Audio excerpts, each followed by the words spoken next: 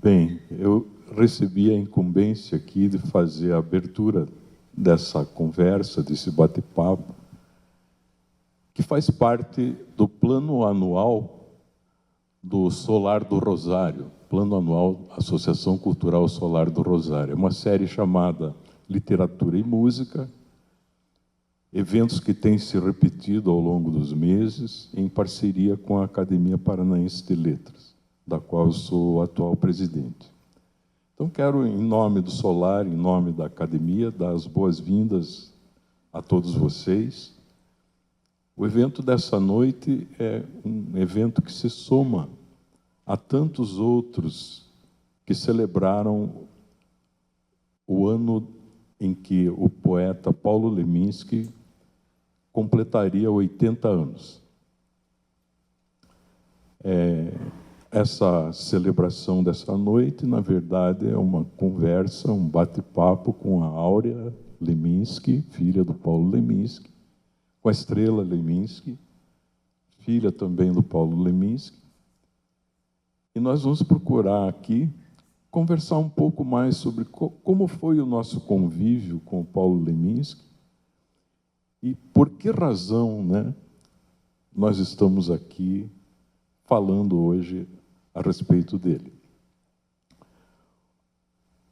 A pergunta que fica de início assim é a seguinte: tanto já se falou sobre o Paulo Leminski, tanto já se escreveu, que o que há de novo ainda para ser dito a respeito dele? E eu acho que a obra sempre será nova.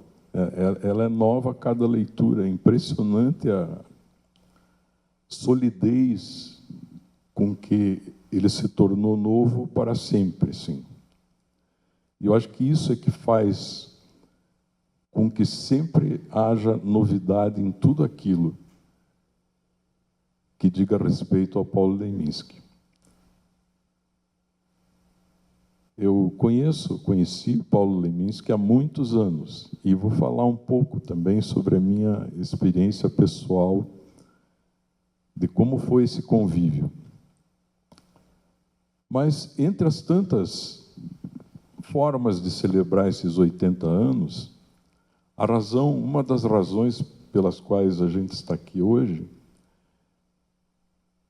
é porque, graças ao Solar do Rosário, o apoio do Dr. João Casilho, seu escritório, nós conseguimos reeditar uma edição de 1980 da Zap Fotografias. Está aqui o Dico Kremer, que foi o diretor de arte, o programador visual e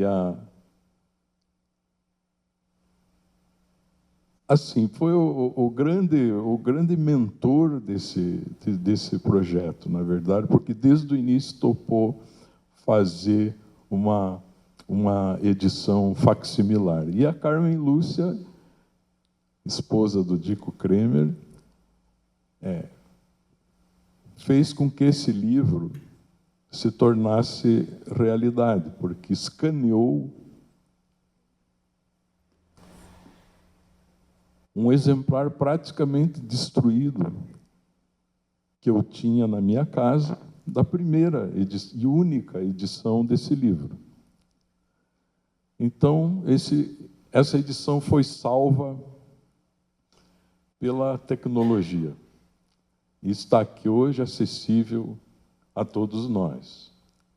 Traz a primeira publicação de poema do Paulo Leminski, datando de 1980. É um livro de extrema novidade para a época e até hoje é um livro que impressiona pela qualidade gráfica e pela qualidade dos textos e poemas que ele apresenta. Nós vamos conversar bastante essa noite. Não vamos nos exceder também, mas vamos conversar bastante. E eu queria agora pedir que a Áurea contasse também como foi a experiência de fazer essa publicação, que teve a autorização tanto da família quanto da Companhia das Letras, que hoje detém todos os direitos autorais da obra do Paulo Leminski. Então, foi um caminho que a gente só foi ouvindo apoio o tempo todo a essa iniciativa que hoje está concretizada aqui.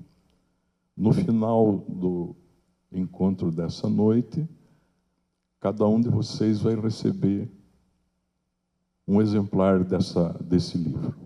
Não fosse isso e era menos, não fosse tanto e era quase. Boa noite a todos e todas. São muitas conexões que acontecem assim, em tão pouco espaço de tempo, né? Quando a gente fala, por exemplo, das múltiplas razões dessa noite estar acontecendo. Então, a gente tem o poema dele chamado Razão de Ser, que ele fala: escrevo pronto, escrevo porque preciso, preciso porque estou tonto, ninguém tem nada com isso. Escrevo porque amanhece e as estrelas lá no céu lembram letras no papel quando o poema me anoitece. A aranha tece teias, o peixe beija e morde o que vê. Eu escrevo apenas, tem que ter porquê. Então, quando a gente está falando, né, também de um dia tão especial como esse, que é o Dia Nacional do Livro, e que a gente tem a oportunidade de poder presentear cada um de vocês que hoje está aqui numa terça-feira, celebrando junto com a gente mais um dos eventos sendo realizados nesse ano tão especial dessa efeméride dos 80 anos dele. Então, assim, mais do que justo cada um de vocês saírem daqui com esse exemplar, e que é um exemplar que eles não está à venda. Então, essa fez parte, inclusive, da nossa negociação com a Companhia das Letras. Então, saibam que vocês vão ter uma obra rara em casa, apesar de estar dentro de uma roupagem moderna, e que a gente, apesar de ser uma edição facsímile, a gente acrescentou alguns textos que justamente contextualiza, né, esse momento, que são super importantes. Bom, falando sobre o que há de novo, né, quando a gente pensa em como falar sobre a obra de Paulo Leminski, uma das coisas que me vem é que, além da obra dele ser mais atual do que nunca, a gente também tem sempre um público, né, que se renova. Então, que para esse público é sempre absolutamente surpreendente se deparar com a obra dele. A gente percebe isso quando vai fazer as ações educativas nas escolas, quando a gente percebe que muitas pessoas se abrem para a literatura, para a poesia, a partir desse contato que elas têm com o que ele nos deixou, né, desse enorme legado.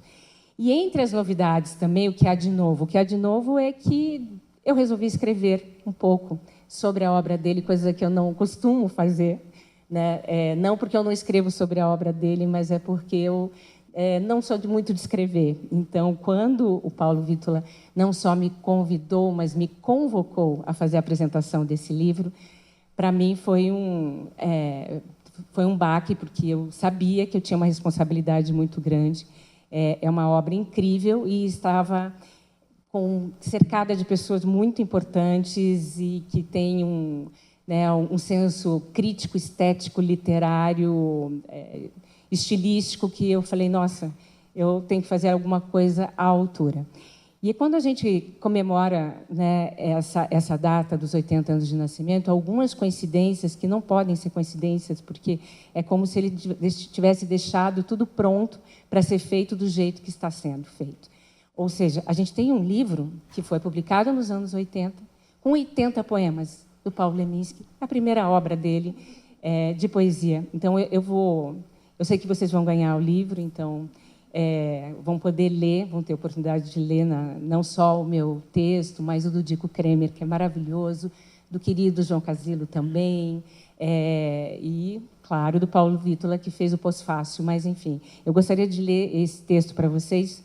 Não é muito longo, tá? Então, eu acho que é importante, porque aqui já condensa muito do que eu quero dizer essa noite. Infinita razão de ser. O primeiro livro de Paulo Leminski, Catatal, foi um épico que levou 8 anos para ser escrito, emergindo como sua obra magna e emblemática. Quando finalmente publicou esta viagem alucinante de Descartes ao Brasil, ele declarou que queria ser escritor de uma única obra ou obra única. A vida é muito curta para mais de uma ideia. A profecia durou menos de 2 anos. Em 1980, veio ao mundo seu segundo livro e primeiro de poesia. Não fosse isso, e era menos. Não fosse tanto, e era quase. Com 80 poemas, cada um condensando um universo de ideias, editado de forma independente, o livro não tinha apresentação, prefácio, orelha, pós-fácio, índice nem paginação. Um exemplo máximo da geração mimeógrafo. Sem bússola nem explicação, sua poesia logo mostrou a que veio no melhor estilo leminskiano, preciso e conciso. Poemas ideia, visuais, marginais, haikais e letras de música. Está tudo aqui.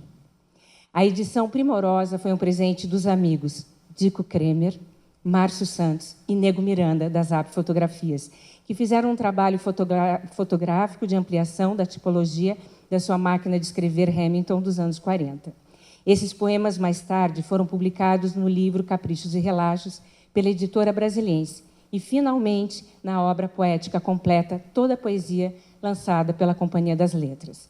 Para nossa sorte, Paulo Leminski continuou sendo uma usina de ideias transformadas em poesias, prosas, romances, biografias, traduções, músicas, ensaios, peças publicitárias e artigos de jornais. Sempre persistindo no propósito de ser o poeta mais bem preparado da sua geração, quando disse: tudo que eu digo tem ultrassentido. Ele estava absolutamente certo. Pensador selvagem, consumido pela tarefa de escrever melhor, mais fundo, mais exato, mais inesquecível, ele provavelmente não imaginava que um dia seria homenageado pela tradicional e pomposa Academia Paranaense de Letras. Ironicamente, em um poema, cogitou que aos 70 anos poderia virar um pilar da sociedade. E aqui estamos, celebrando seu aniversário de 80 anos de nascimento, com esta belíssima edição comemorativa que só foi possível através da generosidade e carinho do amigo e parceiro musical e publicitário Paulo Vítola, do fotógrafo e amigo Dico Kremer, e do casal de amigos Regina e João Casilo, de quem Leminski foi colega de turma. Nessa espiral de 8 anos que se repetem na história dos meus reencontros com essas pessoas tão queridas, existe uma relação afetuosa que veio de um vínculo afetivo e profissional que meu pai tinha com elas e que resultou que esse projeto acontecesse tão lindamente. Em nome da família, minha mãe Alice Ruiz, minha irmã Estrela Ruiz Leminski, parceiras, cúmplices e testemunhas oculares da história, nossos infinitos agradecimentos a todos vocês.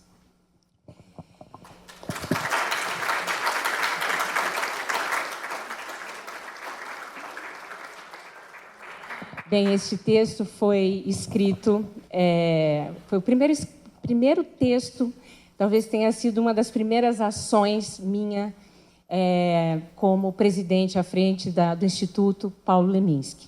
O Instituto foi criado há 1 ano, com o intuito, nesse ano, de a gente poder fazer e realizar várias ações, mas de uma forma assim, né, acho que é muito importante que a gente crie essa instituição no sentido mesmo de credibilidade, mesmo tendo trabalhado, né, eu, minha irmã, meu cunhado, a gente já há mais de 20 anos está à frente das produções culturais que levam o legado dele para fora de Curitiba, do Paraná, do Brasil.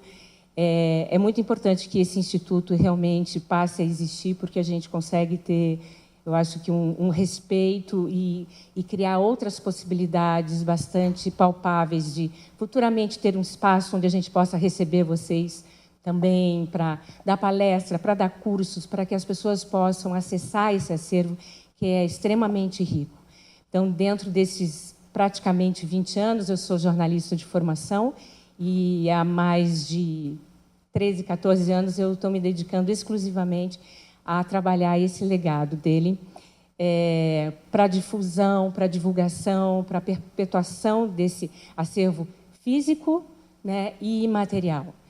Então, a gente já realizou a exposição Múltiplo Leminski em 19 cidades, entre elas muitas do Brasil e 4 do exterior. A exposição atualmente agora está numa cidade chamada Matosinhos, que fica ao lado de Porto, em Portugal. E ela foi muito bem recebida, inclusive foi tão bem recebida que tivemos a presença na abertura do Walter Hugo Mãe, que ficou maravilhado com a exposição, tanto é que escreveu na coluna dele na semana seguinte sobre a exposição. Então, a gente fica muito feliz quando a gente consegue ir levando adiante essa obra dele, tocando tantas pessoas, né, de uma forma tão emotiva e, ao mesmo tempo, inspirando essas pessoas e sabendo que ele é uma referência para muitas pessoas que estão aí, que já passaram a ser referência para outras pessoas. Então, é um 8, né? É um infinito, é essa imagem desse ano dos 8 que se perpetua e se reconecta o tempo todo. E também estamos muito felizes, vou aproveitar, porque nesse momento a gente tem a presença da querida cônsul da Polônia em Curitiba, Marta Łukowska, seu marido Francisco aqui com a gente. E estamos fazendo muitas coisas também em conjunto, né? Afinal de contas, o nosso polaco, né, célebre na cidade, né, o polaco Louco Paca, que a gente já conseguiu também levar, junto com toda essa parceria que a gente tem, já conseguimos levar alguns projetos bem importantes sobre ele para a Polônia e foi muito bem recebido também. Então, eu fico muito... Aproveito já para fazer os agradecimentos aqui logo de cara para todos vocês. Minha mãe, né, lógico, mãe é tudo, e ainda, assim, dentro desse processo todo de criação... literalmente de criação e também de criação no sentido de que ela é a nossa... A gente consegue fazer uma troca muito grande, né, de impressões sobre as coisas e que ela nos ajuda aí dentro desse processo todo, até de passar o bastão, né, porque ela mesma tem uma obra incrível, maravilhosa, e ela precisa se dedicar a isso. Então, eu agradeço imensamente, mãe, sempre. Bom, e aí, então, assim, me veio entre as conexões, eu falei em tocar. E aí, tocar música, o Leminski músico. Eu acho que é super importante todo esse trabalho que a Estrela, minha irmã, tem feito para resgatar e colocá-la no devido lugar da sua importância dentro da música popular brasileira. De repente, me lembro do verde. A cor verde é a mais verde que existe, a cor mais alegre, a cor mais triste. O verde que vestes, o verde que vestiste. O dia em que eu te vi, o dia em que me viste. De repente vendi meus filhos para uma família americana. Eles têm carro, eles têm grana. Eles têm casa e a grama é bacana. Só assim eles podem sair e dar um sol em Copacabana. E pegar um sol em Copacabana. Estrela.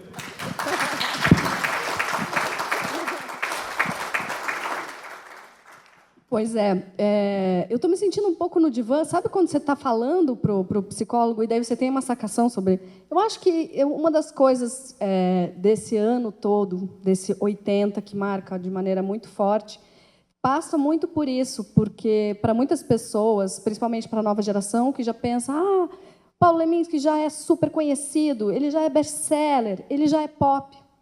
Mas tem uma coisa muito bonita que é a gente enxergar desse lado de cá essa grande trajetória de um escritor que já nos deixou há 35 anos e que nesse momento estava lançando o seu primeiro livro de maneira artesanal, com o apoio dos amigos, de forma independente, e que hoje, nessa grande trajetória, é o poeta mais pop do Brasil. É um dos escritores que está sendo em franca internacionalização.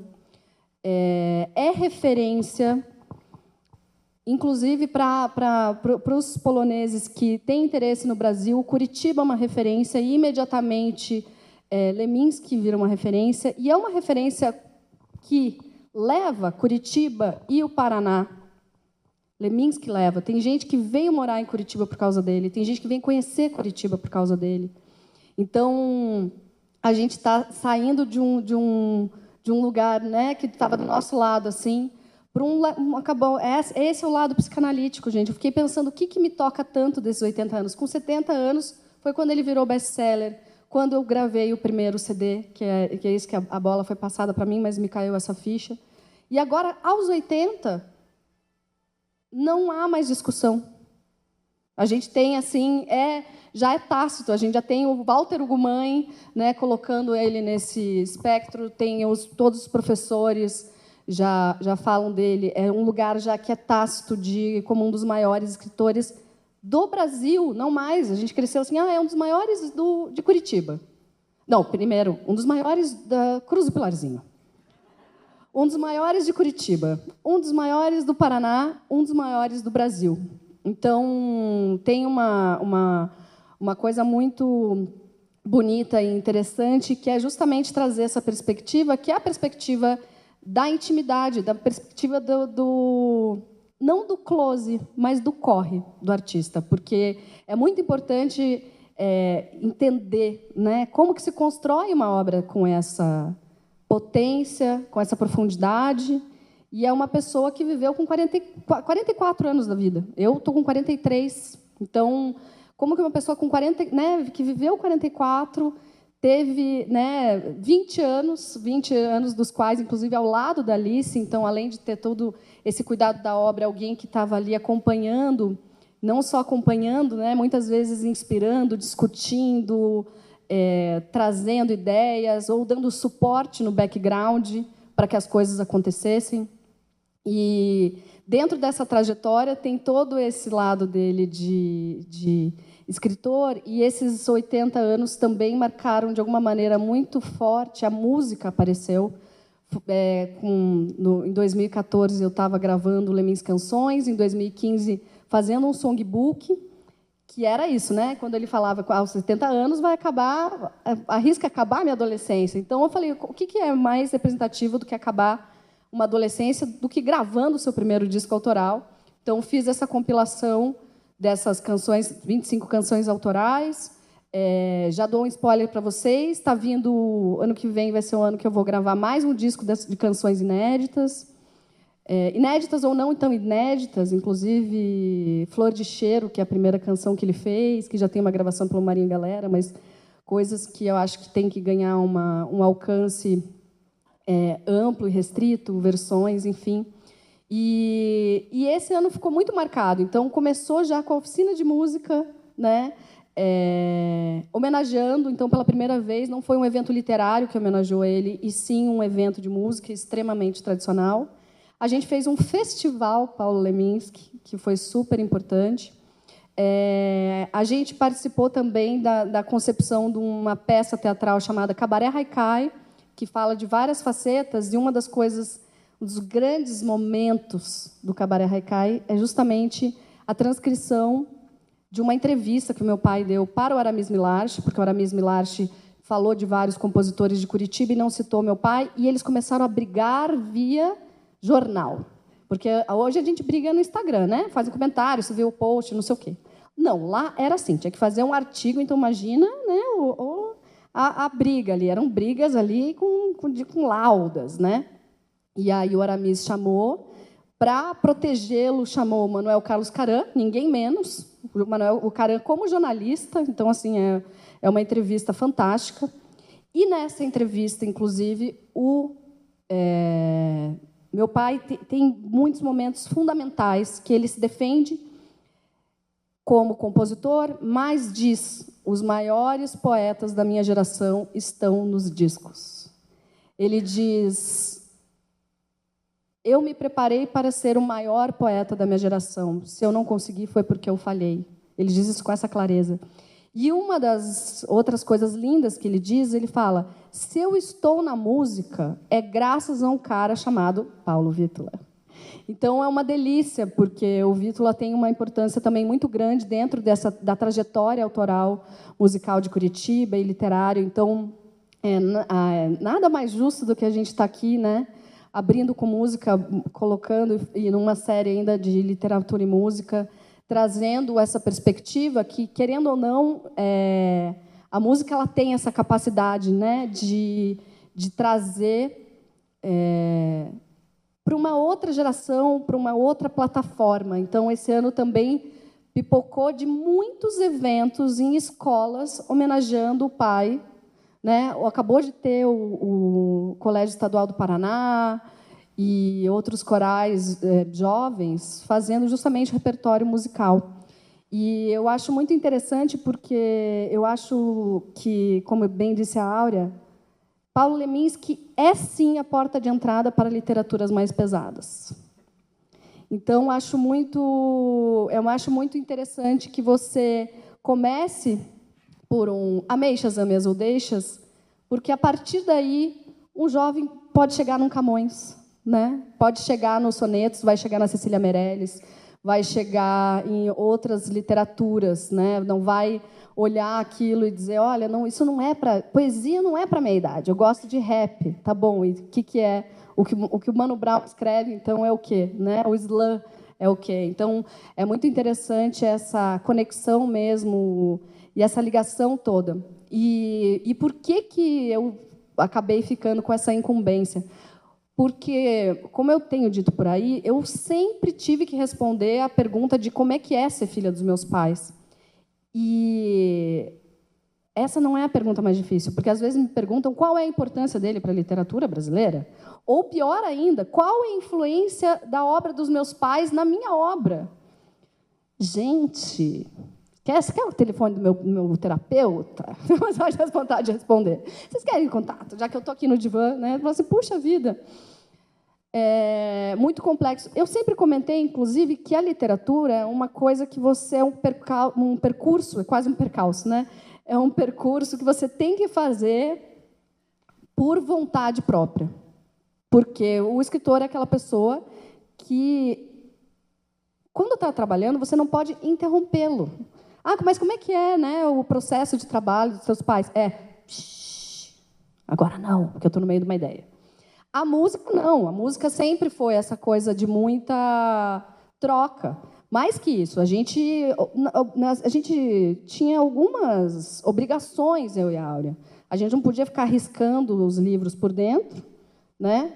Não podia interromper, tinha que fazer judô e tinha que ser coral para as canções, porque o processo do compositor você começa a fazer a música, a gente até comentou, né, Vítula?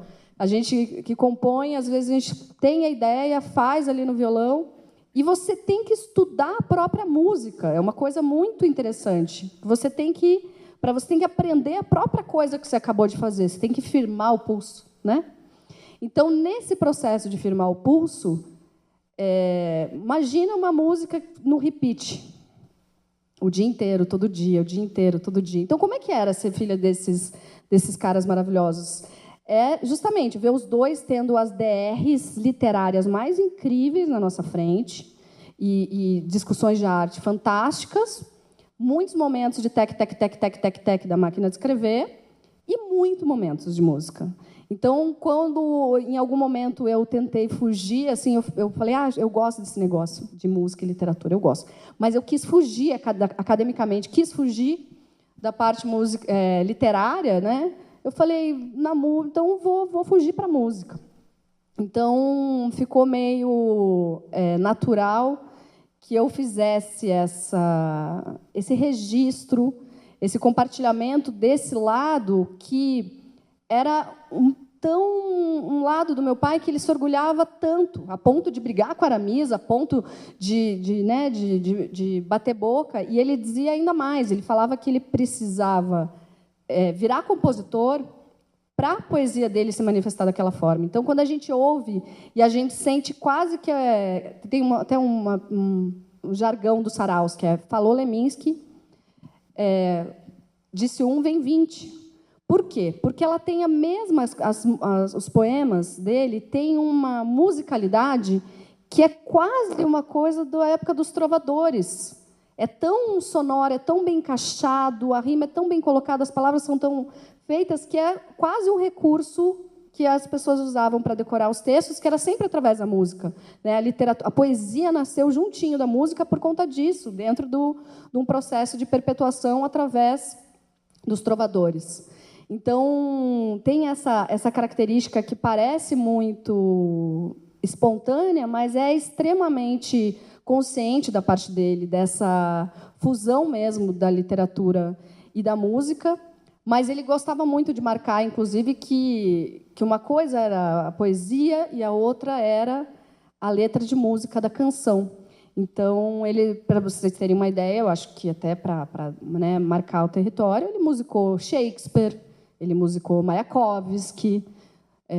Então, ele tinha essa coisa também de mostrar que ele também era super capaz de fazer o caminho inverso das coisas que ele fazia, as parcerias que ele fazia com Marinho Galera, que ele fazia com Moraes Moreira, né? E com orgulho de ter muitas pessoas incríveis de terem gravado suas composições, Caetano Veloso, Gilberto Gil e Arnaldo Antunes, que também são compositores, e por isso, durante muito tempo nessa trajetória de 25 anos antes de se gravar o Lemmings Canções, era meio tácito no Ctrl-V, Ctrl-C, Ctrl-V, que ele era letrista. Mas isso sempre acabou ofuscando uma das facetas dele que ele tinha o maior orgulho, e que agora, eu acho que junto com todas e quanto mais, né, foi crescendo o poeta, best-seller, isso acabou também fazendo com que essa faceta ficasse um pouco mais ofuscada, até porque não tem muitos registros dele cantando as suas próprias composições, tem registros mais caseiros, né? Mas é uma perspectiva também muito, muito fantástica, muito importante. Então, eu acho que sempre tem coisas inéditas das músicas, tem parcerias, inclusive, com Blindagem, que o Ju, que esses tempos me chamou lá na Abramos, e mostrou que tiveram canções que não entraram nos discos do Blindagem porque foram censuradas e não foram gravadas. Então, a gente tem, graças ao DOPS, temos canções inéditas que são maravilhosas, parcerias com o Ivo Rodrigues. Eu até brinco que meu pai, até na música, ele teve essa perspectiva de ter sido quase um precursor dos tempos atuais, porque se a gente abre agora, se eu abrir o Spotify de qualquer um de vocês, eu tenho certeza que vai ser uma loucura. Vai ter um pouco de MPB, vai ter um pouquinho de rock, vai ter um pouco de música pop, um erudito, não sei o quê. De repente, até um piseiro. Esse eu gosto. Né? Sempre assim, uma coisa assim, bem... uma grande mistureba. E ele vinha de um período que era ou se ouvia Caetano Veloso ou se ouvia Chico Buarque, porque uma é tropicalismo, a outra é canções de protesto. Então, hoje, essa perspectiva de você ser um cara que gosta de Bang Bang, Sex Pistols, mitologia grega, Pound, tradução, literatura italiana... Isso é uma coisa que parece muito dos tempos atuais, só que a gente está falando de um cara que não conheceu a internet. E que ele estava nessa confluência em todas as camadas, na poesia ele fazia isso, né? Tanto que quando a gente vai tentar colocar um rótulo nele, meio que escorrega esse rótulo, porque ele é muito concreta para a poesia mimeógrafo, mas ele é muito mimeógrafo para a poesia concreta, e ele, ao mesmo tempo, ele é muito popular para esses outros dois movimentos. E dentro da música, a mesma coisa. Ele estava aqui junto com o Mapa, sendo super importante para a movimentação da música autoral curitibana, de uma MPB fantástica sendo produzida aqui, organizada, inclusive, do ponto de vista de produção cultural, que é muito bacana, que o Mapa, né, tinha essa característica. Isso é muito precursor, é bem numa cidade que não tem facilidades, que aqui é coisa feita... Né, o caminho é aberto na base da foice mesmo, para abrir as picadas no meio das araucárias mesmo.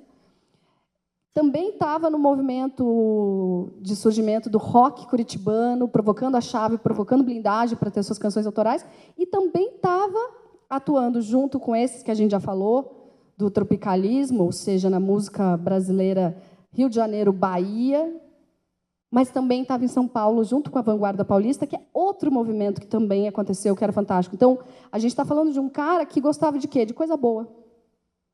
Ele estava ali, em vez de estar fazendo...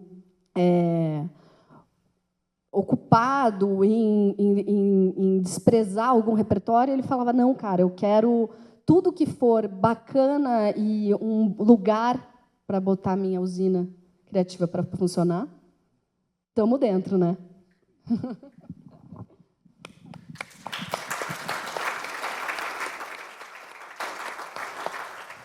Bom, o que é bom e o que é novo, né? Especialmente. Ele andou por esse território o tempo todo. Eu tenho algumas histórias e curiosidades desse momento em que ele aceitou o convite para cantar em público pela primeira vez. A gente estava ainda trabalhando juntos na PAZ, foi uma agência de publicidade, quando surgiu um convite do Centro de Criatividade de Curitiba para se organizar uma ocupação do Teatro do Paiol, que tinha acabado de ser inaugurado. Era preciso criar eventos para esse espaço, e a música seria uma das vocações principais assim, do Teatro do Paiol.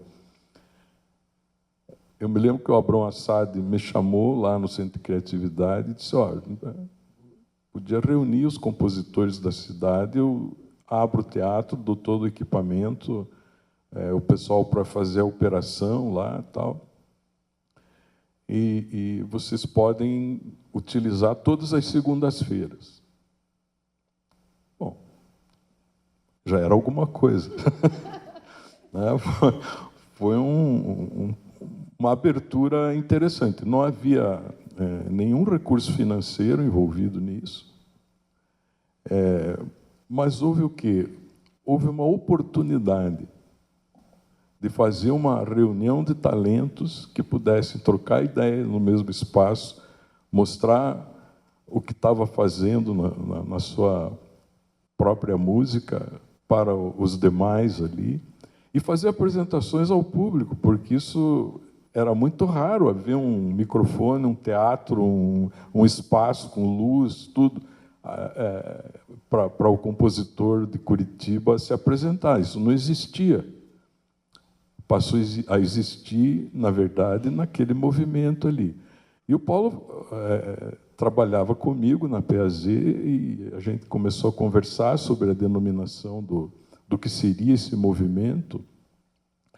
Eu falei que o essencial era a gente colocar, além de movimento, colocar paiol, né? O paiol tinha que estar dentro, porque seria o ponto de referência, era lá que isso ia acontecer.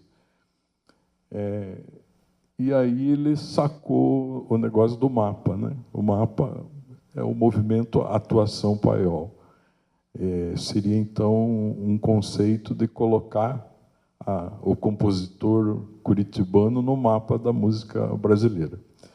Esse movimento durou 3, 4 anos, e nós ocupamos o Teatro Paiol todas as segundas-feiras.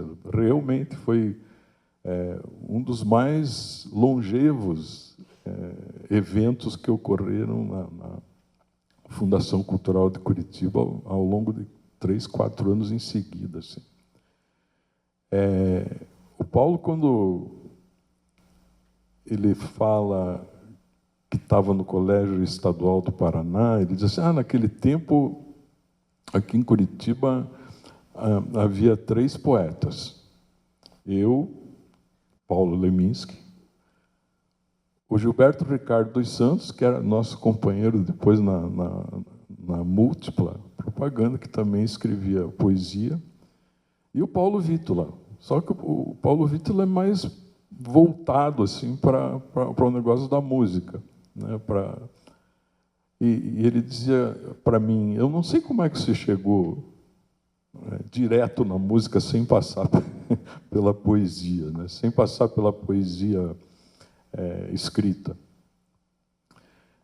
Eu disse, não, eu acho que a grande poesia que se faz hoje está na música. E ele concordou na hora comigo.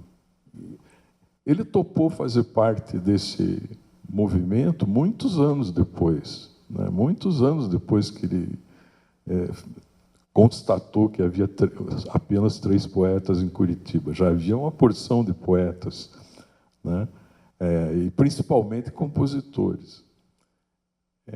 Foi fundamental a participação do Paulo Leminski no MAPA para o sucesso, né, do movimento. Ele se manteve durante todo esse período, não é pouca coisa, né, e com uma qualidade de produção que eu diria assim, bem acima da média, né.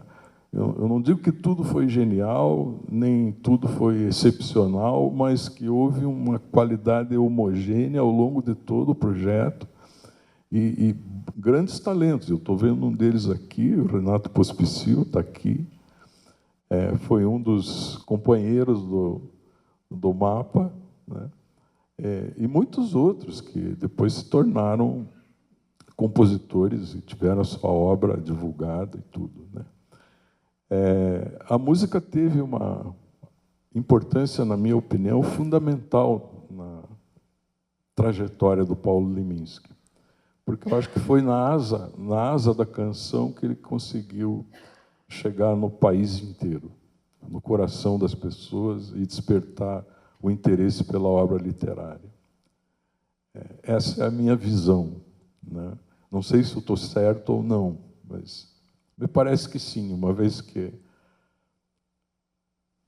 os meios de difusão, né, da música popular realmente são muito mais poderosos e chegam a muito mais gente do que ainda a palavra escrita. Eu sei que hoje se comemora aqui o Dia do Livro, mas entre um livro e uma canção, ainda a canção tem um alcance muito superior, né, em quantidade de pessoas em que essa mensagem musical chega, né?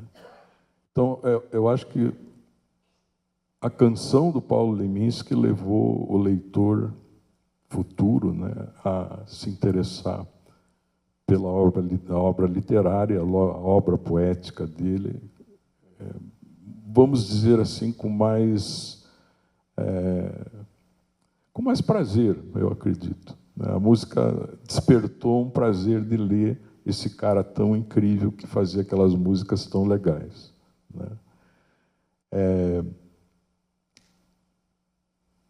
Bom, eu acho que a gente podia falar um pouco agora.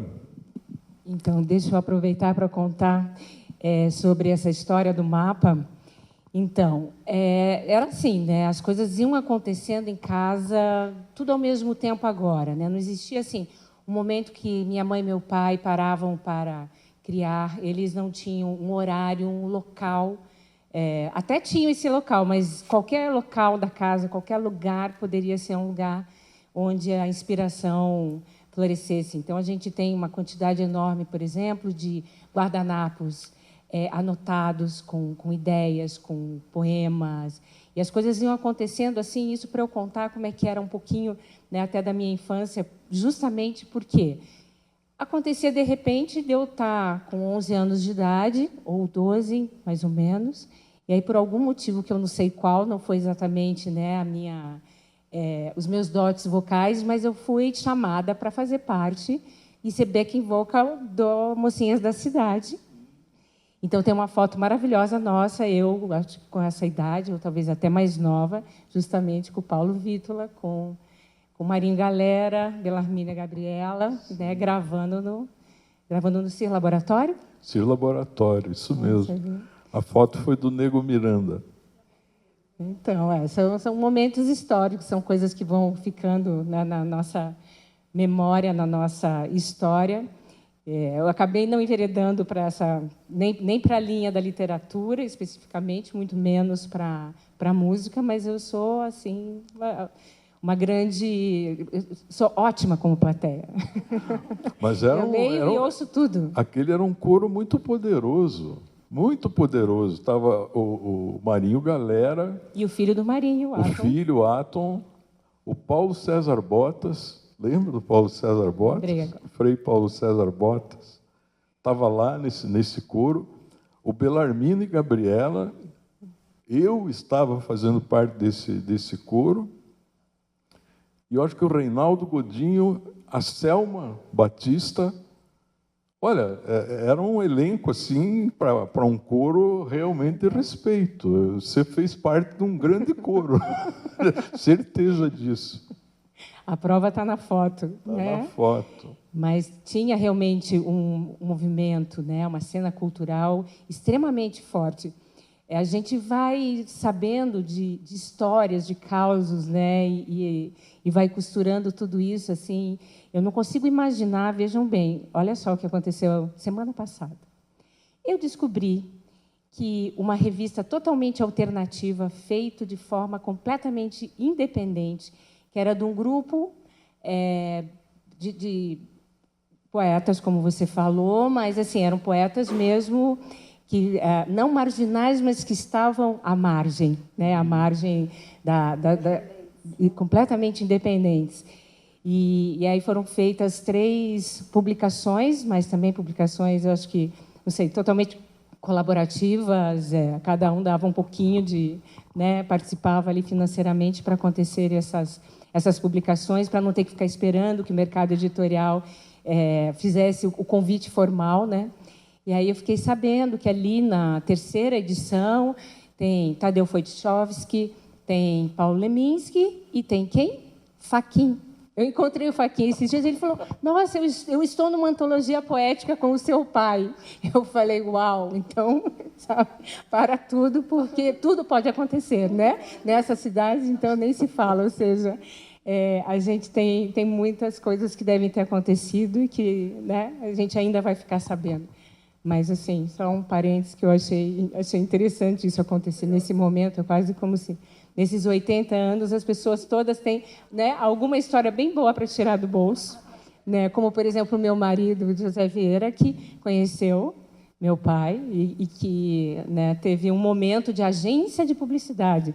Ele foi escalado para ser o fotógrafo da campanha e teve que ter uma reunião com o Paulo Leminski, que disseram, olha, vai lá e conversa com ele que ele vai te passar o briefing. E até hoje, assim, ele conta essa história, que diz que foi sui generis. Quando ele disse que o Vieira perguntou, então, né, o que você acha, o que a gente pode fazer aqui nessa foto de piso, o que a gente coloca para deixar essa foto de piso impactante? Ele falou, uma foto de piso, vai lá e faz, e me traz. Tenho mais o que fazer, tem uma obra toda sendo construída. Não devia ser fácil. Essa parte da publicidade também, que meu pai foi publicitário mais de 10 anos, trabalhou em agência, então... Enfim, tinha que estar lá, né, para atender o briefing, atender o cliente, atender o dono da agência de publicidade, e o Paulo Vítola também. Então, além da música, ele tem uma participação fundamental na vida do meu pai como publicitário, e que foi um publicitário brilhante, inclusive ganhou vários prêmios. Sem dúvida. Bom, ele foi brilhante em tudo que fez, né? Eu quero lembrar aqui que outro fato importante assim na formação dele como músico é o fato de ele ter aprendido canto gregoriano aos 11 anos de idade no mosteiro de São Bento, né? Ele foi para lá e sempre se reportou esse fato, assim, que como o canto gregoriano ele não requer instrumental, né? Ele se vale apenas da voz, a voz humana, né, cantando, que ele desenvolveu ali o gosto pela melodia, né? Ele desenvolveu o gosto pela melodia, e grande parte da melodia do Paulo Leminski tem algo a ver assim, com coisas do canto gregoriano, frases do canto gregoriano, ou formas, né, do canto gregoriano. E ele dava um grande valor a esse fato, né? Ele falava desse canto gregoriano sempre, que perguntava como é que ele começou a gostar de música. Ele falou, não, canto gregoriano. Eu não sei se você, Estrela, quer falar mais alguma coisa sobre música? Eu lembrei que nessa entrevista, a gente está aqui, né, falando tal, mas tem uma coisa também que é da própria persona dele, né? Eu comecei a rir porque eu lembrei que nessa entrevista fantástica. Uma das coisas que ele fala do canto gregoriano, e aí ele diz assim, não, porque essa coisa de canto gregoriano é uma coisa que é um saco, entendeu? Eu pratico todo dia. Gente, e toda hora eu não consigo. Eu assistia a peça, eu começava a rir, porque eu ficava imaginando uma pessoa praticando canto gregoriano. Não é verdade, gente, não é. Mas, assim, eu acho que era uma forma dele de dizer...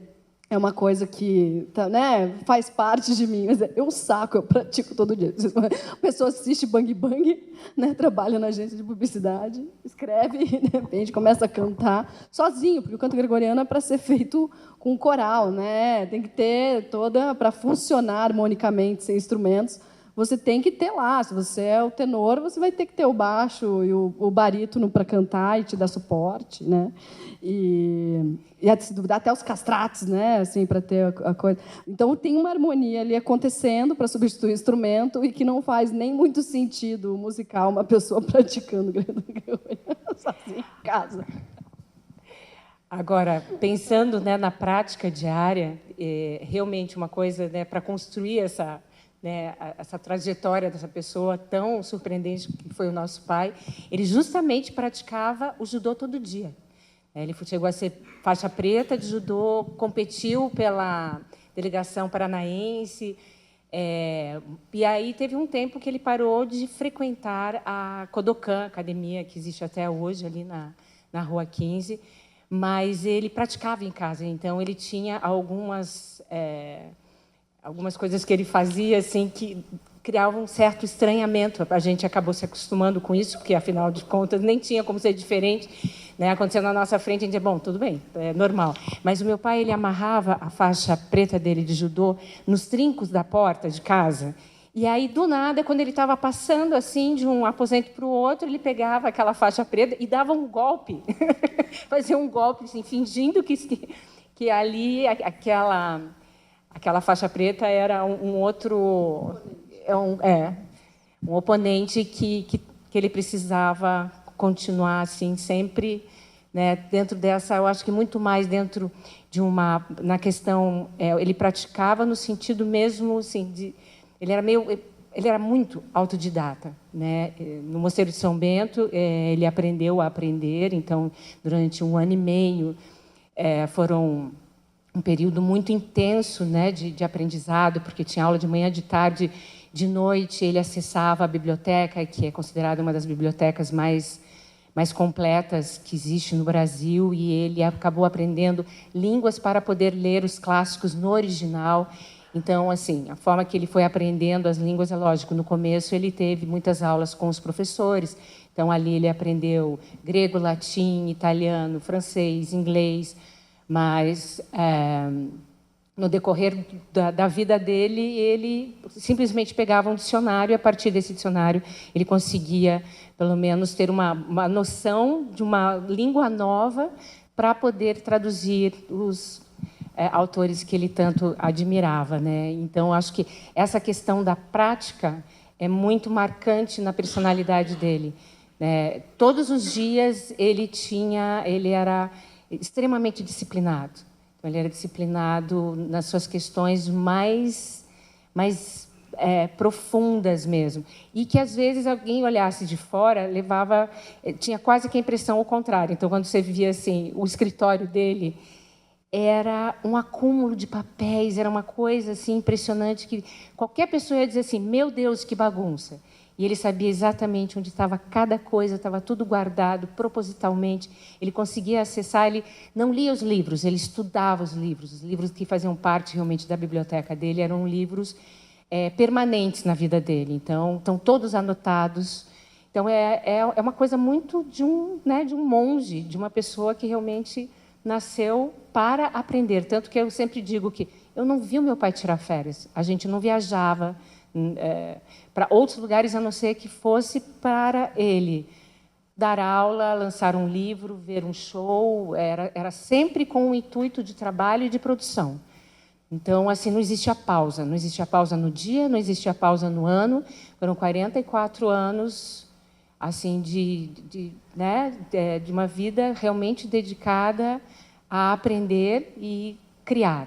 Então, é isso, é uma prática constante. Eu acho admirável, né? Uma pessoa que consegue ter esse desprendimento, esse desapego. E o Paulo teve, né? Ao longo da vida toda dele. Ficou uma imagem, né? Do cara contestador, do cara briguento, do cara bandido, né? O cara da esquerda, o cara que sabia latim. Enfim, ficou um pouco dessa imagem, porque ele também alimentou um pouco essa imagem, e outras pessoas depois ecoaram esse lado, né, da personalidade dele, que era o contestador, o iconoclasta, o cara que queria quebrar tudo e começar tudo outra vez. Mas, no fundo mesmo, assim, e isso eu digo até com uma certa emoção, eu acho que o Paulo Leminski foi um santo. Se há uma forma de materializar um santo na minha vida, assim, foi ele. Eu não sei como é que vocês imaginam que seja uma pessoa santa, mas ele ficou a vida toda dele dedicada a produzir novidades, belezas, sabedoria. Ele conseguiu repartir isso com todas as pessoas o tempo todo. Então, nesse sentido, assim, tem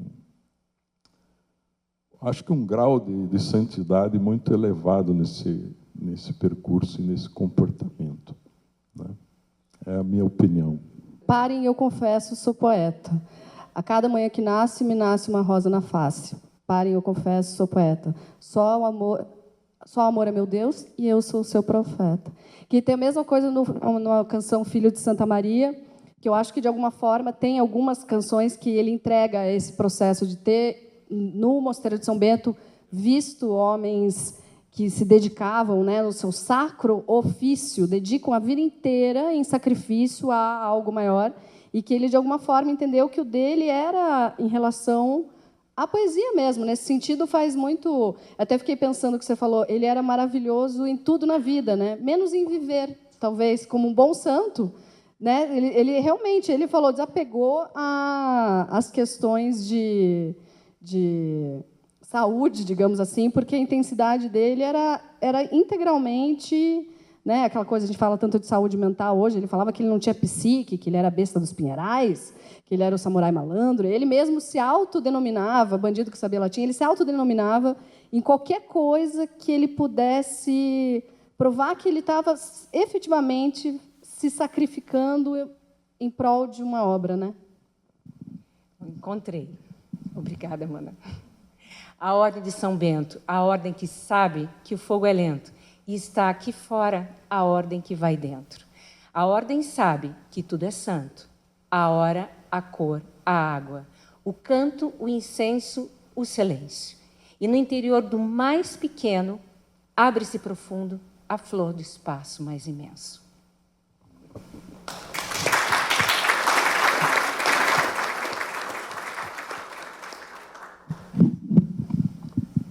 Bom, agora eu vou falar um pouco assim como é que eu conheci o Paulo Leminski. O ano é 1965.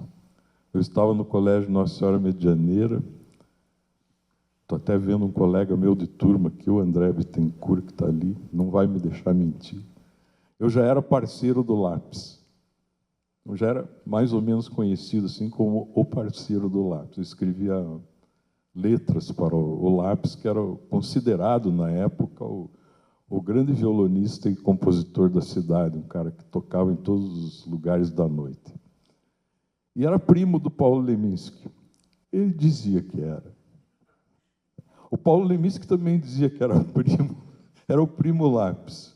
Mas não foi por aí que houve essa aproximação. Eu estava estudando para o vestibular de Direito, estava fazendo meu estudo em casa. Mas tinha alguns amigos meus, 2, na verdade, que tinham aulas com o Paulo Leminski no curso Abreu, que ficava ali na Rua 15, perto da universidade.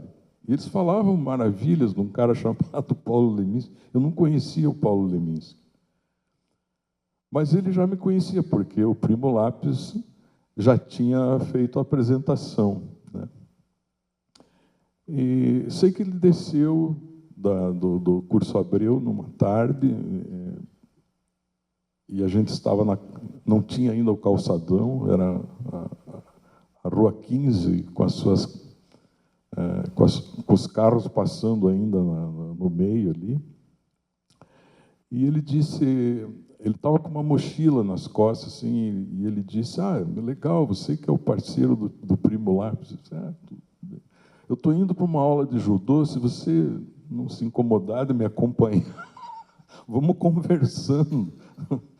E foi assim que eu conheci o Paulo Leminski. Eu desci do Curso Abreu até o Edifício Garcês e a conversa não parava.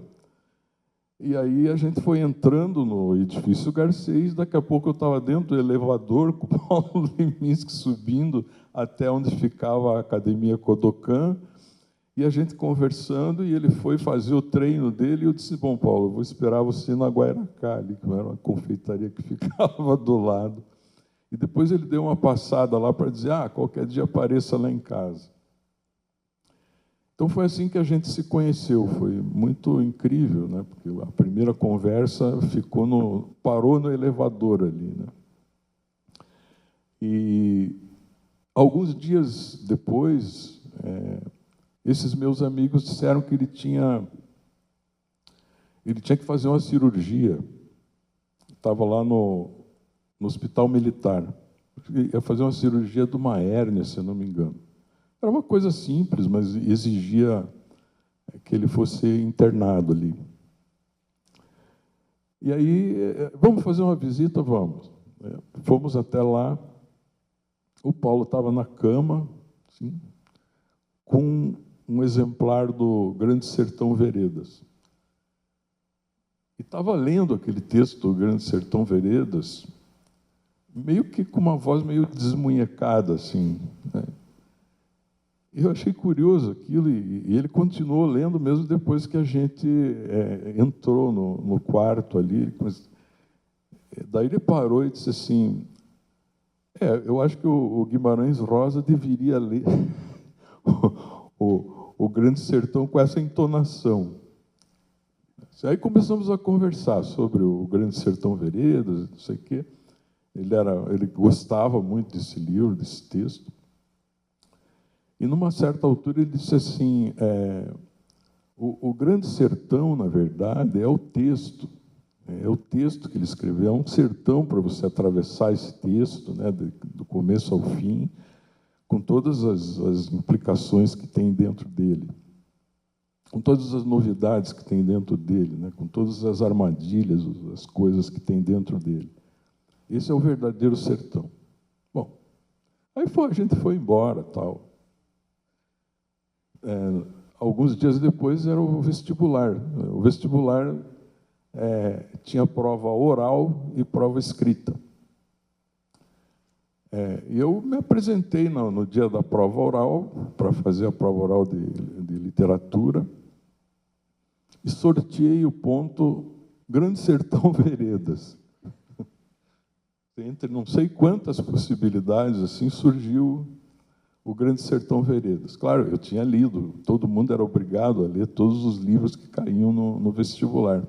Porém, eu tinha mais do que isso, eu tinha um comentário interessante a fazer, né? Eu já comecei a prova dizendo assim, não, o Grande Sertão, na verdade, é o texto do Guimarães Rosa. Aí o professor disse, pô, que interessante a sua abordagem, né? Eu disse, realmente, eu acho isso, né? Aliás, tenho certeza que é isso. E tirei 10 nessa prova oral, o que me levou a passar em terceiro lugar no vestibular da Federal, né? Então, você veja, são acasos assim que me ligam a pessoa do Paulo Leminski desde que eu era vestibulando. Em seguida, eu fiz uma visita a ele quando ele ainda morava num apartamento ali próximo à biblioteca pública. E esse encontro foi memorável, porque eu fui com 2 amigos meus, né, que estudavam junto comigo. E o Paulo estava lá, ele estava sentado sobre um tapete, assim, uma posição meio de yoga, assim, né? E tinha um incenso aceso e uma radiola do lado tocando uma ópera chinesa. Eu nunca tinha ouvido uma ópera chinesa, foi a minha primeira experiência com aquela cultura ali que eu desconhecia completamente. Os meus amigos sentaram à frente dele, daí eu também sentei, e a gente ficou ouvindo em silêncio aquela ópera chinesa, até que, numa certa altura, entra pela porta da frente, sim, entram dois caras assim, carregando um colchão, atravessam a sala e levam o colchão para dentro de um quarto lá, né? E voltam sem o colchão, naturalmente, olhando para a gente, assim, com uma cara muito espantada, né? O que esses caras estão ouvindo esse negócio aí? E bem na hora em que eles estão quase no meio da sala, assim, não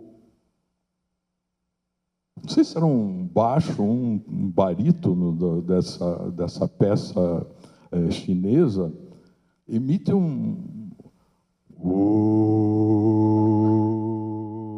algo assim. E, ao mesmo tempo que esse som se prolonga, assim, esses caras que estavam saindo vão correndo até a porta, assim, rapidamente, fecham e acho que nunca mais voltaram para saber o que estava acontecendo ali, né? Bem, eu fui me encontrar com o Paulo Leminski muitas vezes, mas anos depois eu lembro que ele, quando chegou à agência onde eu trabalhava, ele disse: bom, eu terminei de escrever o Catatal, acabei de escrever o Catatal, agora eu preciso trabalhar, tal. Então estou em condições de escrever outros textos. Eu gostaria de trabalhar com propaganda. E aí eu disse imediatamente para ele começar, né, a trabalhar ali naquele mesmo instante.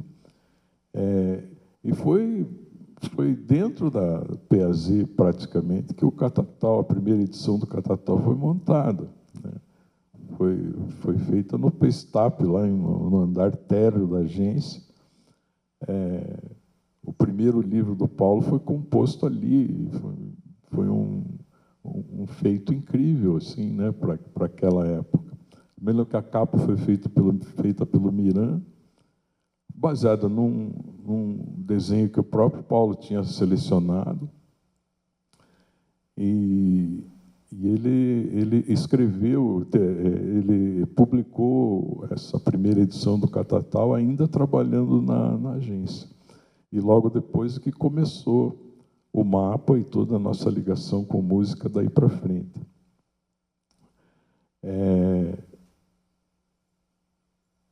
Lá na PAZ, eu me lembro especialmente de uma campanha que ele criou, um filme para a Ótica Visão, que foi muito premiado e foi realmente um filme memorável, onde um camarada falava o tempo todo. Ele tinha um óculos, né? Ele estava atrás de uma mesa, vestido como se fosse um médico, um oftalmologista. Ele começa a falar a respeito da importância de fazer periodicamente exames de vista, e, numa certa altura, ele tira os óculos. Quando ele tira os óculos, a imagem toda fica fora de foco, né? O filme fica fora de foco, e ele continua falando, né? Uma vez por ano, pelo menos, você, né, procura procure o seu oftalmologista para fazer o seu exame de vista. E depois ele coloca o óculos e a imagem entra em foco outra vez. Vá na ótica tal, assim, assado, e terminava o comercial. Foi uma brincadeira de linguagem que foi muito arrojada para a época ali, em que ainda se filmava em película. Não, isso não foi feito em videotape, foi feito em película, né, com uma trucagem perfeita, assim, desse desfocado e volta ao foco, tudo num take só.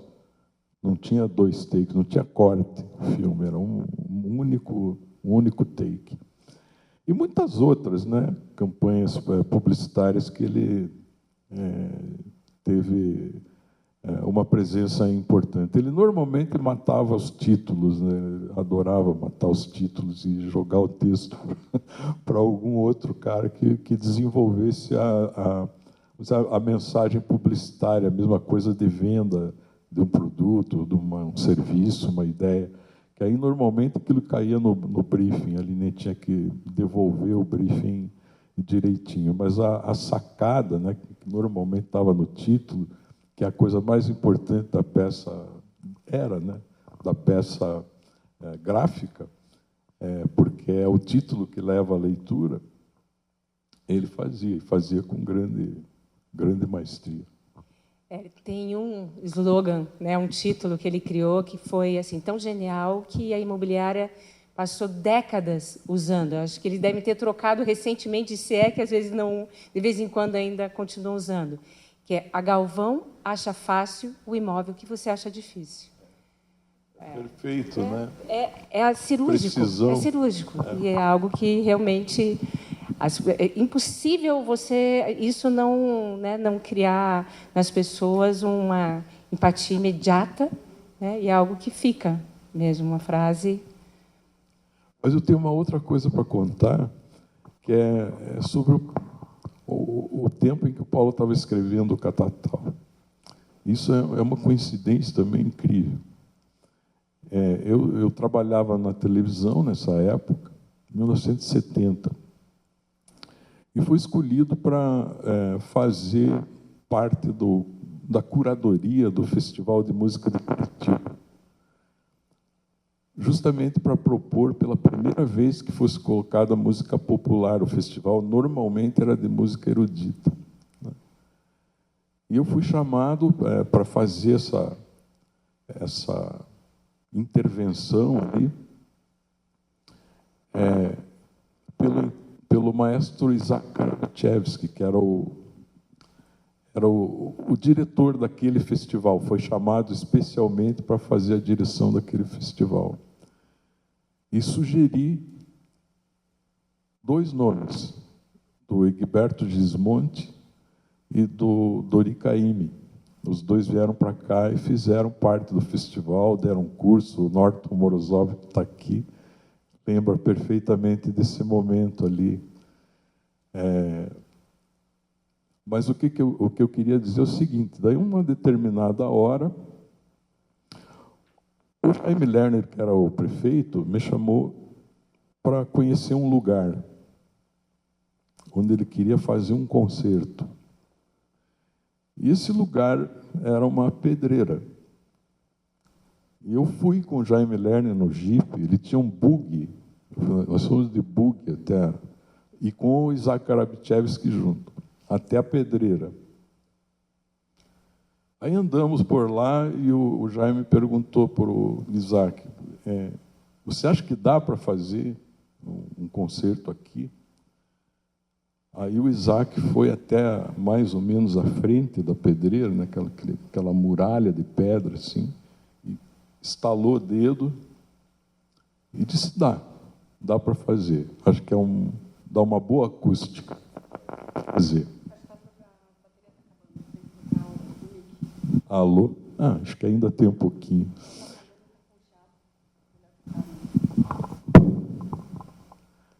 Então, quando o Isaac deu o pod, assim, da noite para o dia, aquilo se transformou num palco na frente da pedreira. Foi feita uma luz especial ali, arquibancadas, né, de madeira. E ali foi feito o primeiro concerto na Pedreira. A Pedreira virou um palco naquele momento ali, né? E, por acaso, eu estava presente, né? E fiquei, depois de muitos anos depois, extremamente feliz assim, de saber que o nome da pedreira ia ser Paulo Leminski. Uma homenagem merecida, realmente. Foi uma coincidência também muito incrível. Estrela, me ajude a falar de música. Eu nem sei, eu já falei tanto, né? Mas pode ser. Tem uma dos momentos, né, emblemáticos. Acho que também tem essa questão da Pedreira ser justamente um lugar que levou, né, o nome para as pessoas, né? Quem não conhece nada, assim, fala assim, não, é o cara da pedreira, né? A ponto, inclusive, da gente ter que sempre dizer assim, né? A pedreira não é nossa, é só uma homenagem, etc. Mas, de alguma forma, tem que falar, gente, sem brincadeira, tem que falar mesmo. É importante. Mas, ao mesmo tempo, eu acho que, vindo de um publicitário, né, ajudou efetivamente a martelar a marca, né? Porque também assim, não é só um espaço cultural importante, ele é eu acho que é o maior palco aberto da América Latina e já foi eleito um dos 10 palcos mais lindos do mundo, é onde vêm todos os maiores nomes, né? Não é qualquer lugar, né? Tem uma coisa, é um lugar hiperbólico, né? Um lugar dessa potência fantástica. E uma das coisas mais assim emocionantes foi justamente que, quando teve a Pedreira se efetivou como Pedreira Paulo Leminski, foi feita uma homenagem posterior ao pai, e foi um evento de música, né, que foi a reunião desses vários amigos que estavam prestando essa homenagem. O pai faleceu em junho, então, no dia do aniversário do pai, em 89. Então, além de tudo, tinha mais essa efeméride esse ano, que faziam 35 anos. No dia 24 de agosto, que caía num sábado, fez 35 anos esse dia. E esse dia foi um dia que simplesmente o Moraes me chamou para o palco. Pela primeira vez. Assim, E um dos momentos, assim, desses lugares que marcam pra caramba foi que, quando a gente estava montando a exposição, já estava montada a exposição Múltiplo Leminski, e eu estava gravando Leminski Canções, que é a história dessa peninha aqui. Eu estava gravando e eu não sabia se o pai ia gostar das canções, porque o que eu fiz nesse percurso? Já que a gente está falando de uma pessoa tão cheia de referências, como que eu ia gravar um disco no lugar dele, usando as referências musicais, né, que ele gostava, das coisas que ele gostava, e que tinha isso, tinha Belarmino e Gabriela, tinha rock, tinha MPB, tinha tudo. E daí, como é que eu ia saber também se eram as canções certas? Aí um dia eu pedi, inclusive, para sonhar.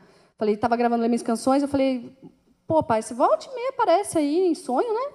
Podia chegar e dar um sinalzinho, assim, dizer, tá bom, tá ruim, faltou alguma coisa. Mas eu pensei, como eu já pensei em sonhar, se eu sonhar, não vou acreditar, porque eu estou me condicionando, então eu posso estar inventando sonho também. E daí eu não sonhei com ele. Eu sonhei que eu abri um armário da minha cozinha, que era da Cruz do Pilarzinho, não era a minha casa da infância, e de dentro do armário saíram 25 casais de periquito. E eu falei, meu Deus, meu pai me deu 25 casais de periquito. Foi isso que eu sonhei. E aí eu comentei isso, né, com o Theo, meu parceiro, meu cúmplice, e eu contando isso para ele, eu falei, nossa, mas... E ele falou, que estranho, mas por que periquito? Eu falei, periquito era o que o meu pai... né, casal de periquito era uma coisa que o meu pai me presenteava. Deu, ele gostou. Ele gostou. Só que não fazia sentido, gente, porque eu tinha gravado 24 músicas no Leminski Canções. E eram 25 casais de periquito. E eu fiquei com aquele número na cabeça, mas beleza. Aí a gente, na exposição do Múltiplo Leminski no Rio de Janeiro, corri para chamar quem para ver, que apareceu lá, e juro, causo. Eu estava cantando lá, fazendo pocket do Lemins Canções, e, de repente, a mãe faz um sinal para mim do tipo, esse cara quer participar do show. Daí eu tive que dizer, gente, eu queria pedir, então, licença, porque o meu padrinho, ele quer participar, ele conheceu muito meu pai, eu queria que vocês recebessem, com muito carinho e afeto, Moraes Moreira. E aí o Moraes veio participar, porque pediu, do jeito maravilhoso, participou. E daí eu fui mostrar a parte musical. Falei, Moraes, está aqui você que viveu, me diga, o que você acha? Ele falou, não, mas está tudo maravilhoso, mas Estrela, a gente tem que gravar aquela que ele cantava incessantemente, Adão nasceu pelado. E eu lembrei que era a música que o meu pai mais cantava em casa. Aquilo era uma canção com 2 estrofes e que aquilo parecia um canto de trabalho. Né? Adão nasceu pelado e nada é o que ele tinha. Me explica, vizinho. E eu falei, a 25ª canção. Então, o dia que cheguei para os produtores e falei, não tinha mais verba, gente, não tinha mais nada, a gente fez meio, bota o microfone e vai, a gente gravou como se fazia antigamente, que bota, né, coloca a percussão longe, o vocal mais pertinho, um take só, foi valendo, e é a 25ª canção. Só que nesse processo todo, daí eu chamei o Moraes para participar do Lemins Canções, daí oficialmente, né, assim, não precisa mais invadir o palco, você pode ser convidado. E daí a gente e convidando e sempre trocando ideias e maravilhoso. O Moraes, inclusive, um projeto que ele deixou no ar, que ele falou: "Nossa, Estrelinha, eu vou gravar as parcerias, tem tanta coisa inédita". E não deu tempo dele ele finalizar, mas uma das coisas que foi muito emocionante foi que logo depois disso, teve a retomada dos Novos Baianos. E aí todos os shows dos Novos Baianos, eles encerravam com Valeu, essa canção emblemática que o Paulinho Boca gravou também, foi inclusive o nome do... inclusive vou dar recados comerciais. O Paulinho Boca de Cantor vai fazer participação, a gente vai fazer um show no Paiol. Estamos aqui rodando nos mesmos temas. O quê? Não é segunda-feira, não tinha data no Paiol. O mapa estava não. Eles fizeram uma cadeira permanente agora, segunda, daí, desde então é proibido, porque, né? Não vai ser sexta e sábado, dia 29 e 30 de novembro. Então vai ter Lemins Canções, fechando a programação dos 80 anos, com participação do Paulinho Boca. E essa música é maravilhosa, né? É maravilhosa, sem dúvida. Você me ajuda? 2 namorados olhando o céu chegam à mesma conclusão. Mesmo que a terra não passe da próxima guerra, mesmo assim valeu encharcar este planeta de suor. Valeu esquecer as coisas que eu sei de cor. Valeu encarar essa vida que podia ser melhor. Valeu.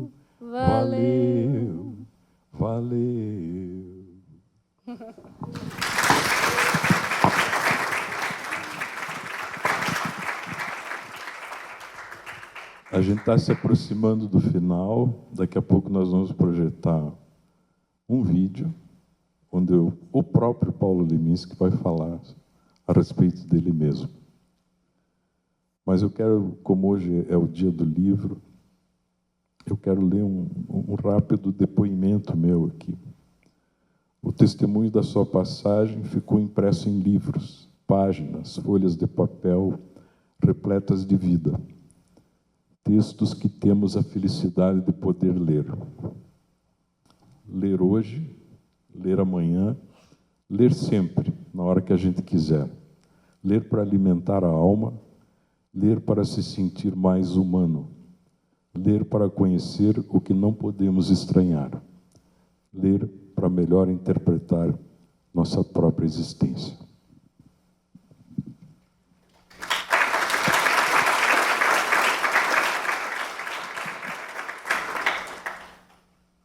Por exemplo, os dentes afiados da vida preferem a carne na mais tenra infância, quando as mordidas doem mais e deixam cicatrizes indeléveis, quando o sabor da carne ainda não foi estragado pela salmoura do dia a dia.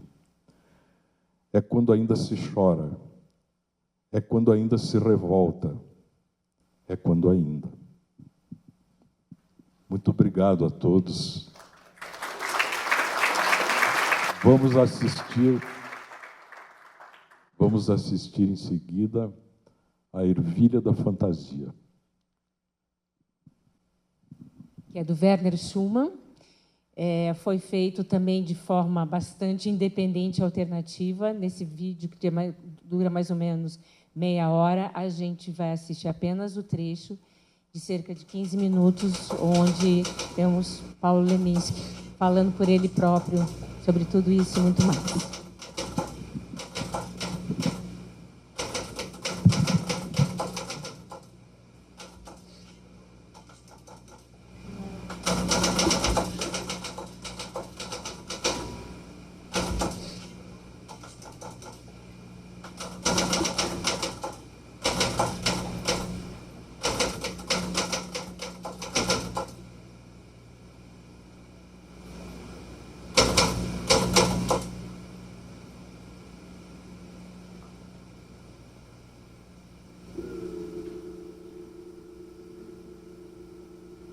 Fazia poesia, e a poesia que fazia não é essa que nos faz alma vazia. Fazia poesia e a maioria saía, tal a poesia que fazia. Fazia poesia, e cada tábua que caía doía no coração. Eu acho que a poesia, ela é um inutensílio. A única razão de ser da poesia é que ela faz parte daquelas coisas inúteis da vida que não precisam de justificativa, porque elas são a própria razão de ser da vida. Querer que a poesia tenha um porquê, querer que a poesia esteja a serviço de alguma coisa, é a mesma coisa que você querer, por exemplo, que um gol do Zico tenha uma razão de ser, tenha um porquê, além da alegria da multidão. É a mesma coisa que querer, por exemplo, que o orgasmo tenha um porquê. É a mesma coisa que querer, por exemplo, que a alegria da amizade, do afeto, tenha um porquê. Eu acho que a poesia faz parte daquelas coisas que não precisam ter um porquê. Para que porquê?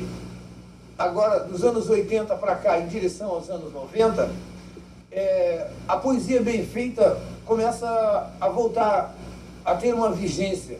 Eu hoje, por exemplo, eu procuro, antes de mais nada, ser um bom artesão. Eu costumo dizer que chega da incompetência dos anos 70 e, em matéria de poesia, agora eu estou ingressando na minha fase parnasiano chique. Agora, cena de poesia lírica explícita. Há dias atrás, numa entrevista, me perguntaram quando é que eu tinha começado a fazer poesia. Daí eu comecei a olhar para trás e me lembrei que eu não me lembro quando eu comecei a fazer poesia. Eu me lembro que a minha avó, por exemplo, que ainda é viva, ela tem uma coleção de poeminhas meus que eu fiz quando eu tinha entre 7 e 8 anos de idade. E desde 7 e 8 anos de idade, a única coisa que eu quis na minha vida foi ser poeta. E tudo que eu fiz foi no sentido de me fazer um poeta melhor, cada vez melhor. As línguas todas que eu aprendi, todos esses livros que eu li, tudo isso eu fiz para que eu me tornasse um poeta mais equipado, um poeta mais bem armado. E as outras coisas todas da vida, para mim, me vieram através da poesia. Foi o domínio da palavra que a poesia me deu, que me possibilitou, por exemplo, ser jornalista. Eu não sou formado em jornalismo e fui jornalista durante vários anos, e ainda sou. Foi o que me possibilitou ser publicitário durante quase 10 anos. Eu vivi disso durante 10 anos. E foi a prática da poesia que me deu o domínio da palavra. De tal forma, então, que eu não posso dizer quando que eu comecei a ser poeta. Aliás, eu até, na realidade, não acredito que se possa começar a ser poeta a partir de uma determinada altura, Poeta é daquelas coisas que ou você é ou não é. É como se fosse um erro na tua programação genética. Você já vem dotado de uma capacidade de brincar com as palavras, de ver a beleza das palavras. É uma capacidade lúdica de ver o lado prazenteiro e carnavalesco da linguagem, que é aquilo que te faz poeta. Porque um poeta não se define pelos conteúdos que ele veicula.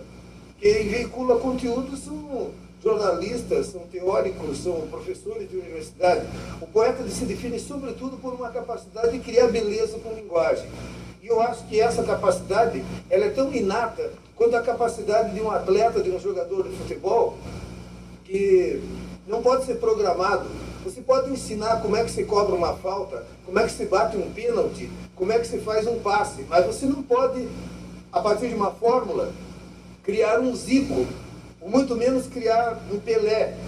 Quer dizer, assim, eu gosto dessas imagens extraídas da área do esporte, da área atlético-esportiva, porque elas desmistificam a literatura, que é um território assim cercado de neblinas e brumas mitológicas. Eu acho que é uma atividade das atividades lúdicas do ser humano e que, em confronto com o esporte, o atletismo, ele se torna uma coisa clara. Eu sou praticante de um esporte que é o judô, que é um esporte individual, não é um esporte coletivo, mas no qual eu aprendi muito em termos de poesia, no sentido de você contar sempre com as tuas próprias forças, no sentido de você tirar de dentro de você tudo que é necessário para um momento decisivo e, sobretudo, a capacidade de você não hesitar diante de uma intuição. Porque, assim como na poesia, no judô e nas artes marciais, qualquer segundo de hesitação pode ser fatal para você. Ele pode significar o fracasso de um golpe, pode significar isso, pode ser em karatê, ou em judô, ou em aikido, ou em capoeira também. Qualquer hesitação pode significar a falência ou fracasso de um golpe ou de um movimento. O que eu procuro em matéria de poesia atualmente não o artesanato no sentido de ficar trabalhando em cima da coisa até a coisa ficar bonitinha. Não, é fazer um movimento de tal forma fiel ao movimento interior que ele saia com a exatidão e a precisão de um golpe de karatê. Agora, essa questão de poesia e de poetas é uma coisa um pouco delicada, porque a poesia ela é um fenômeno etário num determinado momento. Aos 17 anos todo mundo é poeta. Junto com as espinhas na cara, né, todo mundo faz poesia. Homem e mulher, todo mundo tem seu caderninho lá dentro da gaveta e tem os seus versinhos que depois ele joga fora ou guarda como mera curiosidade. Ser poeta aos 17 anos é fácil. Eu quero ver alguém continuar acreditando em poesia aos 22 anos, aos 25 anos, aos 28 anos, aos 32 anos, aos 35 anos, aos 40 anos, eu estou com 41, aos 45 anos, aos 50, aos 60 anos, até a gente encontrar um poeta, por exemplo, como Drummond, ou como o admirável Mário Quintana, que são poetas que estão fazendo poesia há mais de 60 anos, já há mais de 60 anos, que a poesia é o assunto deles. Então, eu acho que 90%, mais 99% dos poetas que estão fazendo poesia hoje, daqui a 10 anos eles vão estar fazendo outra coisa. Porque vem a vida, vem os filhos, vem preocupações com dinheiro, vem as ambições do consumo, vem a necessidade de comprar isso, de comprar aquilo, de adquirir uma casa na praia e tal, e tudo começa a se tornar mais importante do que a poesia.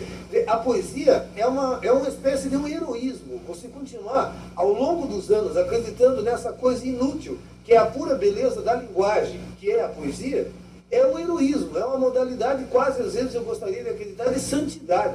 É uma espécie de santidade da linguagem. Porque, na realidade, a poesia não vai te fazer rico de jeito nenhum. É muito mais lucrativo você abrir uma banquinha e vender banana do que fazer poesia. Quer dizer, para você continuar acreditando em poesia, é preciso muita santidade.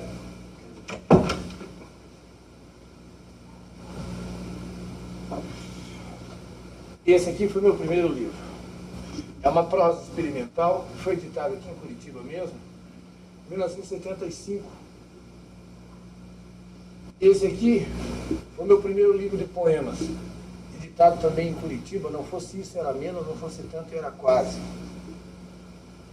Esse aqui foi outro editado em Curitiba, o Poloneses. Aí esses dois livros de poemas aqui, depois foram editados pela editora Brasiliense, essa é a minha primeira edição por editora nacional, juntando esses dois livros, e mais uma produção mais recente que eu tinha chamado de Caprichos de Relaxo.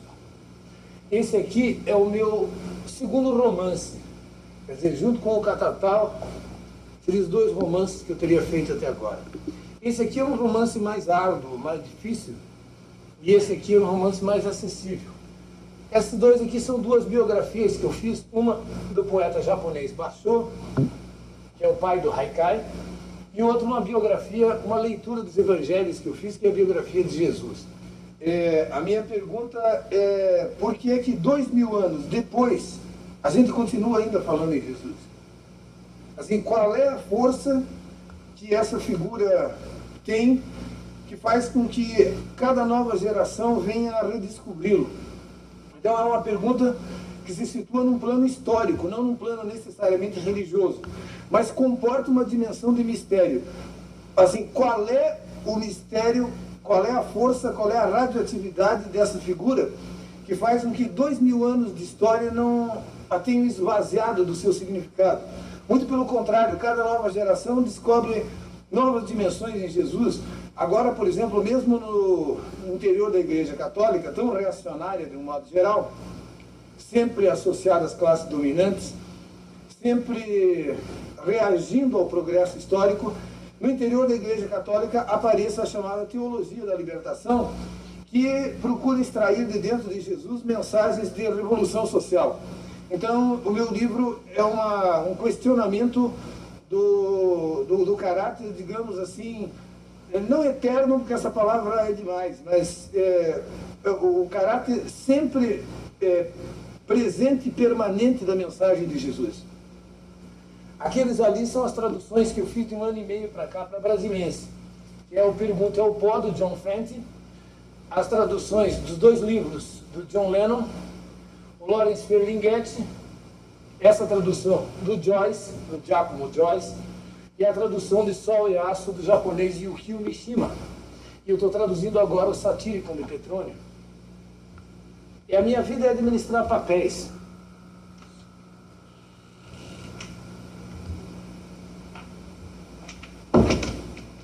Natural.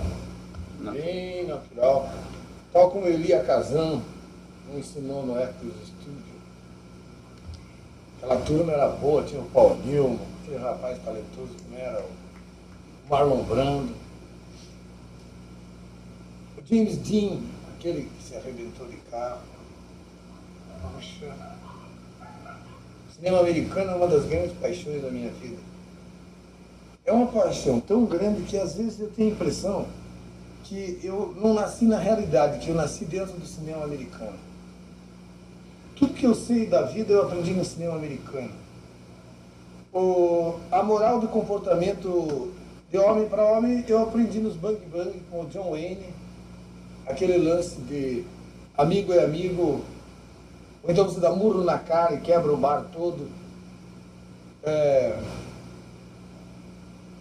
O romance também eu aprendi no cinema americano, que romance tinha que ser aquela coisa com começo, meio e fim.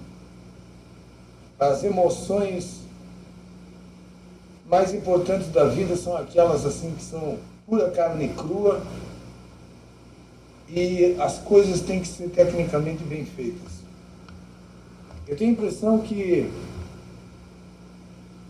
há mais de 20 anos os meus sonhos todos são dirigidos por algum cineasta americano. Tem noites que eu sonho sonhos dirigidos por Hitchcock, tem noites que eu sonho sonhos dirigidos por Ford, tem noites que eu sonho sonhos dirigidos por John Frankenheimer, tem noites que eu sonho, recentemente, sonhos dirigidos pelo Coppola. Eu sonhei com Apocalipse Now, há uns dias atrás. tal maneira que eu não sei mais distinguir entre sonho e cinema americano. E vocês sabem, o sonho é a metade da vida. Então a metade da minha vida é cinema americano. Você acha que as pessoas têm medo de assumir o novo?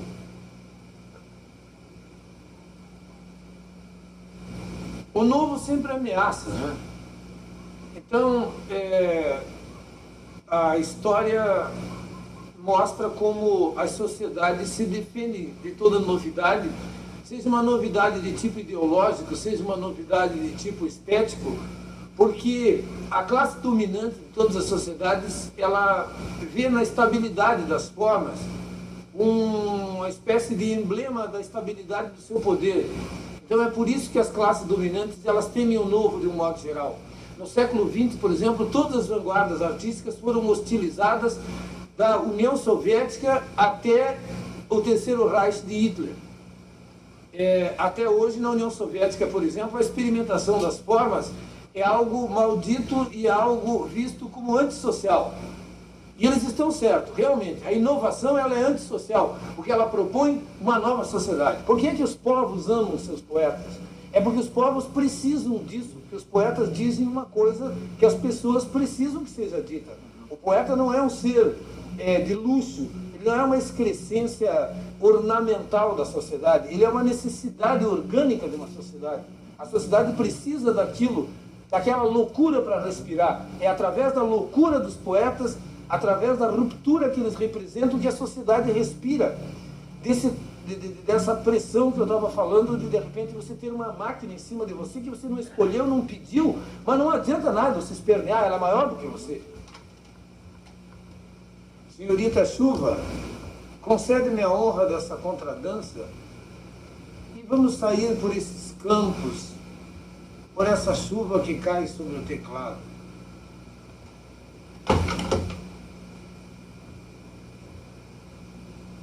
Moinho de versos, movido a vento em noites de boemia, vai vir um dia quando tudo que eu diga seja poesia.